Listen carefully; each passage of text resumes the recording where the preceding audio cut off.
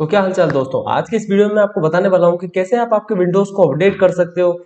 और उस अपडेशन में दो केसेस हो सकते हैं कि या तो आपका जो ओएस है, ऑपरेटिंग सिस्टम, या फिर आपका विंडोज जो है वो कंप्लीटली क्रैश हो चुका है, या फिर आपका जो विंडोज है वो आप अपडेट करना चाहते हो किसी हायर वर्जन पे। तो उसे कैसे किया जाए? सबसे पहली बात तो ये कि, और क्रैश होने का मतलब ये है कि ये विंडोज की जो स्क्रीन है ये आपके पास नहीं आ रही है, आपको वो अंदर ही अंदर लूप लगा के घुमाते जा रहा है।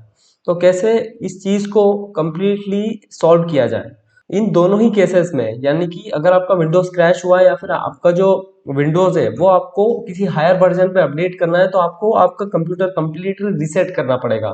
क्योंकि जो आपका जो कंप्यूटर है उसमें नया वर्जन नहीं आ पा रहा है, और इसी वजह से आपकी जो जिस जिस ड्राइव में आपका जो भी डेटा पड़ा हुआ है वो ड्राइव कंप्लीटली फॉर्मेट करनी पड़ेगी, और उसके बाद ही आप ओएस को इंस्टॉल कर पाएंगे। तो आज मैं आपको बताने वाला हूँ वो पूरा प्रोसेस जिसके थ्रू आप ओएस की प्रॉब्लम रिजॉल्व कर सकते हो।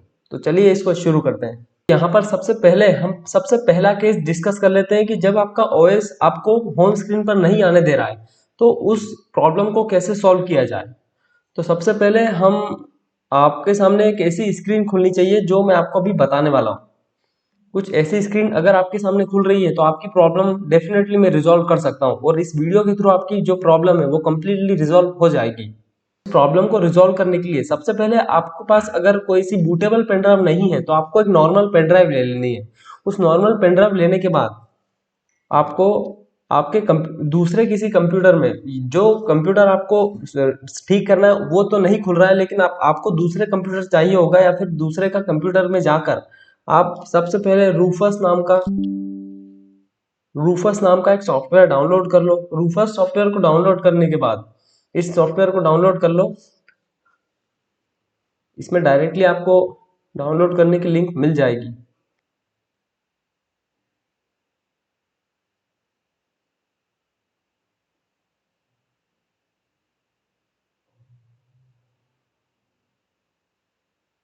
जैसे ही आप इसे एग्जीक्यूट करेंगे, ये एक एग्जीक्यूटेबल फाइल होती है, और जैसे ही आप इसे एग्जीक्यूट करेंगे ये इसकी एक फाइल खोल देगा।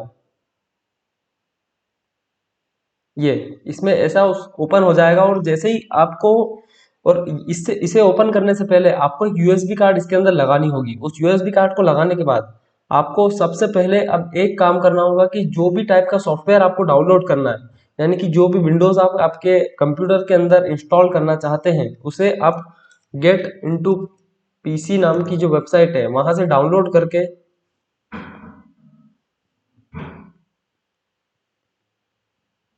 जैसे कि आपको चाहिए विंडोज 11 होम। अगर आपको Windows 11 होम आपके कंप्यूटर के अंदर इंस्टॉल करना है तो आप इसे डाउनलोड कर लो। ये अप्रोक्सीमेटली 4.4 जीबी तक का आ जाएगा, या फिर 5 जीबी से अंदर अंदर ही आ जाएगा। तो इसे डाउनलोड कर लेने के बाद यहाँ पर ये डाउनलोड लिंक है, इसे डाउनलोड कर लेने के बाद आप इस रूफस को फिर से खोल, रूफस ऑलरेडी खुला होगा तो उसे डाउनलोड करने के बाद इस रूफस के अंदर वो जो फाइल आपने डाउनलोड करी है उसे सिलेक्ट कर लेना। यहाँ पर आपके सामने वो फाइल आ जाएगी जो कि आपने विंडोज 11 के लिए डाउनलोड की है। उसे सिलेक्ट करने के बाद इसे तो सेम ही रहने देना, और पार्टीशन स्कीम में आपको कुछ नहीं लिखना है। इसमें भी आपको कुछ यूज नहीं करना है, डायरेक्टली आपको फाइल सिस्टम में आएगा NTFS।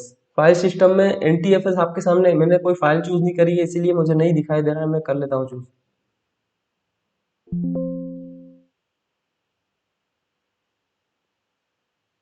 अभी करंटली मेरे पास कोई बूटेबल फाइल नहीं है इसलिए वो चूज नहीं हो रही है। तो यहाँ पर फाइल सिस्टम के अंदर आपके सामने NTFS नाम का कुछ एक जो फाइल सिस्टम है वो आ जाएगा। उसके बाद आपके सामने क्लस्टर साइज, यहाँ पर 4096 आप क्लस्टर साइज रख सकते हैं, और फिर डायरेक्टली आपको स्टार्ट पे क्लिक कर देना है। तो इससे होगा ये कि जो भी आपने फाइल चूज करी है वो उस फाइल को उस पेन ड्राइव के अंदर अपलोड कर देगा, और जो आपकी पेन ड्राइव है उसे बूटेबल बना देगा। जिससे आपका जिस लैपटॉप में आपको ओएस इंस्टॉल करना है उसमें आप डायरेक्टली उस ओएस को इंस्टॉल कर सकेंगे। तो आप जैसे ही इसे स्टार्ट करेंगे और रेडी का जो कंप्लीट हो जाएगा, यहाँ तक जब यहाँ से ग्रीन ग्रीन ग्रीन ग्रीन होते होते पूरा कंप्लीट हो जाएगा, और फिर आप इसे क्लोज कर देना। क्लोज करने के बाद उस पेन ड्राइव को निकाल कर आपको जाना है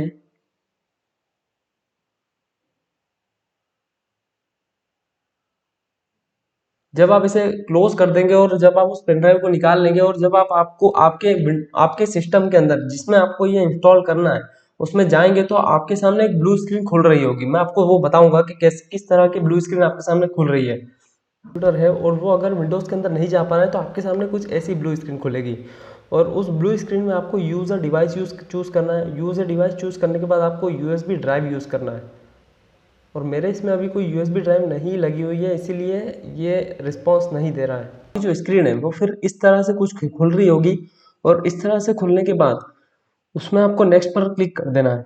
यहाँ पर आपको कुछ भी एडिट नहीं करना है।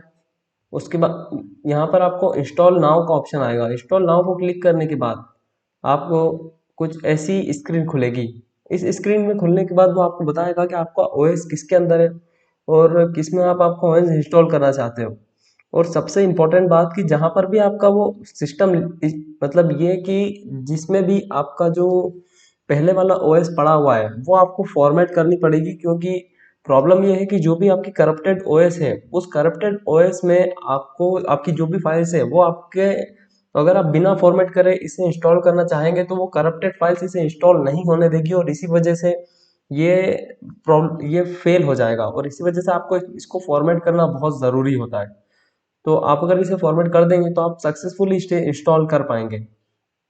तो जो भी डिस्क में आपका जो ओएस पड़ा हुआ है उसे फॉर्मेट करने के बाद ये फॉर्मेट का ये बहुत ये एक छोटा सा ये एक ऑप्शन दिया हुआ है। तो फॉर्मेट पर क्लिक करने के बाद उस पर्टिकुलर ड्राइव को चूज करने के बाद फॉर्मेट को क्लिक करने के बाद आप इस नेक्स्ट को क्लिक कर देना। ये लिखा हुआ है यहाँ पर must contain important files and data store will be lost, क्योंकि आपको उसे फॉर्मेट करना ही होगा। तो फॉर्मेट करने के बाद आप उसे नेक्स्ट कर देना। नेक्स्ट करने के बाद ये फॉर्मेट कर रहा है अभी।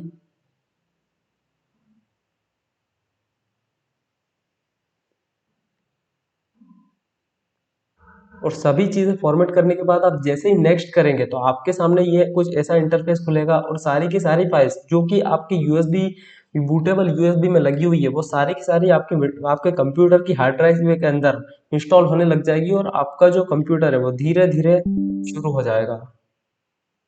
फिर ऐसे कुछ स्क्रीन आएगी और ये तो आप इजीली कर ही सकते हो कि आपका जो विंडोज़ है उसे कैसे इंस्टॉल करना है। तो ये तो हो गया उन लोगों के लिए जो जिनकी जो ओएस है वो तो ये तो हो गया उन लोगों के लिए जिनका ओएस क्रैश हो चुका है। लेकिन वो लोग जिनका ओएस कंप्लीटली मेरी तरह है और वो उनके ओएस को और ज़्यादा अपग्रेड करना चाहते हैं तो वो कैसे किया जाए, या फिर डिग्रेड करना चाहते हैं तो वो कैसे किया जाए। तो सबसे पहले आपको आना है यहाँ पर ब्रेव या फिर आपका कोई सा भी ब्राउज़र है वहाँ पर आपको जो भी विंडोज़ 11 विंडोज़ 10 जो भी चूज़ करना है वो आप उस पर टाइप कर दीजिए और उसे उसी तरह से डाउनलोड कर लीजिए जिस तरह से मैंने आपको रूफस के थ्रू करना सिखाया है। अभी पिछली जो केस मैंने आपको बताया था उसी की तरह आप रूफस डाउनलोड कर लीजिए और रूफस के थ्रू किसी यूएसबी के अंदर आपके विंडोज़ को अपलोड कर दीजिए और फिर आपकी जो यूएसबी है वो एक बूटेबल ड्राइव बन जाएगी। फिर आपको करना ये है कि जो भी आप विंडोज़ यूज़ कर रहे हो उसके अंदर आपके सामने एक रिकवरी ऑप्शंस होगा। सिस्टम के अंदर आपका एक रिकवरी ऑप्शन या फिर आप डायरेक्टली चूज कर लीजिए अपडेट, चेक फॉर अपडेट्स पर जाइए। चेक फॉर अपडेट्स पर जाने के बाद आपके सामने एडवांस ऑप्शंस मिलेंगे तीसरे नंबर पे, या फिर आपको कहीं भी एडवांस ऑप्शन मिलेंगे ज़रूर। उन एडवांस ऑप्शंस में एडिशनल ऑप्शंस में जब आप जाएंगे तो आप उसमें आपको रिकवरी मिलेगा। उस रिकवरी पे जाने के बाद आपको एडवांस स्टार्टअप को चूज करना है और उसमें रीस्टार्ट नाउ को क्लिक करना है।